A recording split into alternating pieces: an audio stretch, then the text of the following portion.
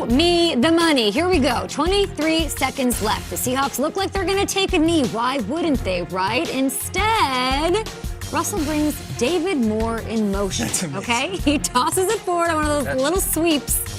And why? Because he got Moore his 35th catch of the year, giving him a $100,000 bonus. Pete Carroll's reaction, absolutely priceless.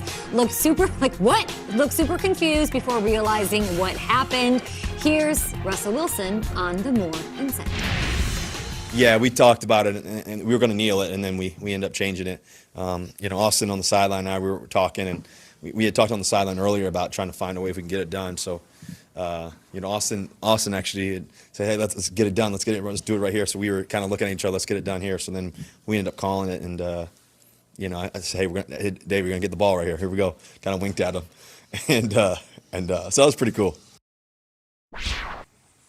That's a true leader right there. That's how you audible out of a play. Okay, of course, David Moore wasn't the only player to reach his contract incentives this weekend. How about Saints wide receiver Emmanuel Sanders needed 60 catches to hit his $500,000 incentive. Jeez. He was keeping track on the field and celebrated by throwing up his hands in the air. He knew. After he made... You realize this is the third quarter, meaningless, like it's a 20-point game. Oh, but he knew.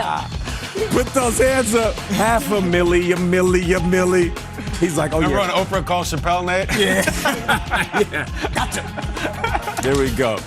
That is Emmanuel Sanders hitting his incentives. Shout out to Sanders. You can sometimes doctor it for the offensive players and force it to them. For a defensive player, it's a little tougher. And yet, if Leonard Floyd gets 10 sacks, he gets a $1.25 million bonus. Check out Leonard Floyd gets the sack. He makes sure that is me getting the sack. And then if you could see afterwards, I don't know if we have the clip, he has a giant smile on his Huge face. smile. Beaming and excited. Yeah! And they're all going the dollars here. Look at that. Everybody, that's Johnny Hecker doing the pay the man money. Everyone's so excited. That's a lot of money, fam. $1.25 million. This is the ultimate. Antonio Brown needed 11 catches in this game to get $250,000, and in the final 2 minutes, they just went to the shovel pass offense. Tom Brady threw 3 shovel passes to AB. 3 consecutive for gains of 3, 6, and 2 yards. Guys, understand, he hadn't caught more than 5 passes since week 11. Brady got him 11 in the final 2 minutes of the game. Shovel, $250,000. Brady, incredible teammate. A wild moment. I've never seen that before. It's so great. All these Zoom sweeps, it's so easy to get a reception now, and they got AB. It's like they beat the buzzer 3 times in the last 2 minutes, right to the bank. Amazing. Oh, no doubt about it. You know what's fun about this is, like, it used to be get as much money as you can in your guarantees. Mm-hmm. Don't deal with the incentives and the escalators. As soon as you start hearing all that, players are like, nah, I'm good, because I don't know what the team is going to do. They could bench you. They can pull you out. Hell, they can not play you. But when you see David Moore with Russell Wilson, you see Antonio Brown with Tom Brady, you see Emmanuel Sanders, these guys have relationships not only with their players, but the coaching staff, because they leave these guys on the field and they give it up to the offense. They leave it up to the quarterbacks. All right, you want to help out your teammate? Go ahead and do that. And at the end of the day, these teams got money to spend. Now, I have a question. They seem so aware. Now, you might know going into the game, okay, I need 11 catches for $250,000, but, like, you can get lost in the game. Do I have 6? Do I have 4?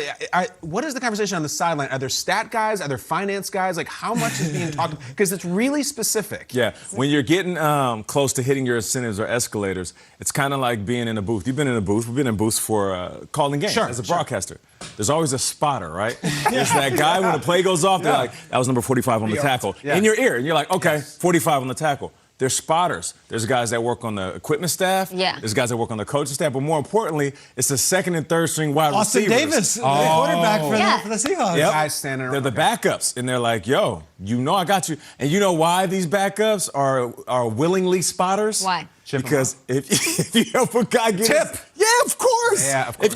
If you help Antonio Brown hit his incentive, AB might drop off a little something for you at the end of the Leonard season. Floyd celebrating with the punter. Johnny Hecker's doing this into the camera. It's great. I love it. The best part about it was Emmanuel Sanders has that catch and he's celebrating, and it's so like, all right, Then you see Sean Payton going nuts on the sideline. Sean Payton was happy for him, too. They're hugging. Yeah. It's like, Emmanuel got 60 catches. Yeah. We're going to the playoffs. Why not everyone enjoy this? I can't think of the negative examples, but this doesn't happen every year that everybody's celebrating and excited. Oh, right? but Kay. Aren't there times where it's like the teams don't let it happen? Isn't there a narrative like that? Or times that guys fall just? I'll find them, but that has to suck. Baseball is That's a big terrible. one with that. Baseball, a lot of times you'll see the team like say, okay, in September you're not going to hit your incentives. He's in the rotation. Not that they do it changing the purposely, but rotation don't guys for fall September. just short of their incentives? Yeah. And like, that's really sad. We should just Are remember. organizations are there ever a Forward out for situation those where they're guys. like, get him out? Yeah. Like, we Yes. owe him $2 million if he has another catch. Get him out. Nate, yes? And that's, yeah. Tell It's me. happened a ton of times, for sure. Listen, Dante Culpepper signed